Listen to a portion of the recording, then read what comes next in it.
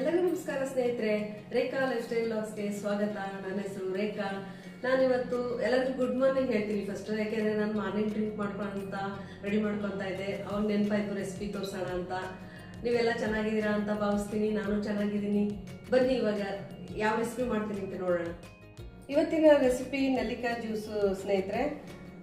ಇದಕ್ಕೆ ಬೇಕಾಗಿರೋ ಪದಾರ್ಥಗಳು 2 ಪೀಸು ಶುಂಠಿ, ನಲ್ಲಿಕಾಯಿ 3ರಿಂದ 4 ಮೀಡಿಯಂ ಸೈಜು, ಪಾಲಕ್ ಎಲೆ ಒಂದು 4 ಎಲೆ ತೊಗೊಂಡಿದ್ದೀನಿ, 1 tea spoon black salt, 1 tea spoon ಜೀರಿಗೆ, 1 ಟೀ ಸ್ಪೂನ್ ಬ್ಲ್ಯಾಕ್ ಮೆಣಸು ತೊಗೊಂಡಿದ್ದೀನಿ, ಕಾಳು ಮೆಣಸು ಅಂತಾರಲ್ಲ ಅದು.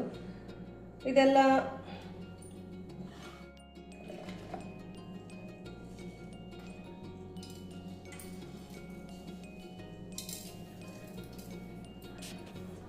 ಕ್ವಾಂಟಿಟಿಗೆ ತಕ್ಕಷ್ಟು ನೀರು.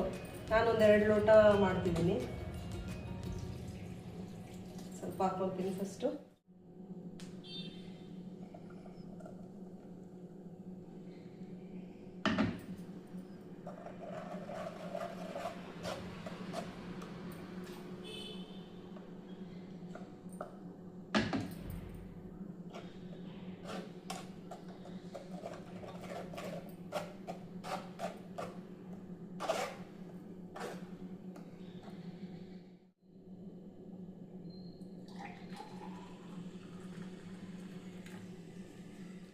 ಏನಂದ್ರೆ ಸ್ನೇಹಿತರೆ, ನಮ್ಮ 7 ಚಕ್ರಗಳನ್ನು ಎನರ್ಜೈಸ್ ಮಾಡುತ್ತೆ. ಯಾಕೆಂದ್ರೆ ಅದರಲ್ಲಿ ಹಾಕಿರೋ ಪದಾರ್ಥಗಳು ಹಾಗೆ ಒಳ್ಳೆ ವಿಟಮಿನ್ ಭರಿತವಾಗಿದೆ ಎಲ್ಲವೂ. ನೆಲ್ಲಿಕಾಯಿ ಆಗಿರ್ಬೋದು, ಜೀರಾ, ಮೆಣಸುಕಾಳು, ಬ್ಲ್ಯಾಕ್ ಸಾಲ್ಟು, ಮತ್ತೆ ಪಾಲಕ್ಕು, ಇವೆಲ್ಲ ಏನಂದ್ರೆ ನಮ್ಗೆಲ್ಲಾ ಚಕ್ರಗಳನ್ನು ಎನರ್ಜೈಸ್ ಮಾಡೋದ್ರಿಂದ ಬೆಳಗಿನ ಟೈಮ್ ಒಂದು ಟಿಫನ್ ತರನು ಉಪಯೋಗಿಸ್ಬೋದು ನಾವು.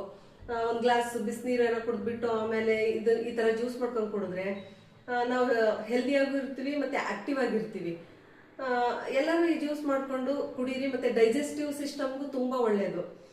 ಅಜೀರ್ಣಕ್ರಿಯೆ ಸಮಸ್ಯೆ ಇದ್ದವ್ರಿಗೆ ಆ ಜೀರ್ಣಕ್ರಿಯೆ ಸಮಸ್ಯೆ ಹೀಲ್ ಆಗುತ್ತೆ ಕೂಡ. ಹಾಗಾಗಿ ಎಲ್ಲರೂ ಮಾಡಿಕೊಂಡು ಕುಡೀರಿ. ಧನ್ಯವಾದಗಳು. ಎಲ್ಲರೂ ನನಗೆ ಸಬ್ಸ್ಕ್ರೈಬ್ ಮಾಡಿ, ಸಪೋರ್ಟ್ ಮಾಡಿ. ಮುಂದಿನ ವಿಡಿಯೋದಲ್ಲಿ ಸಿಗೋಣ.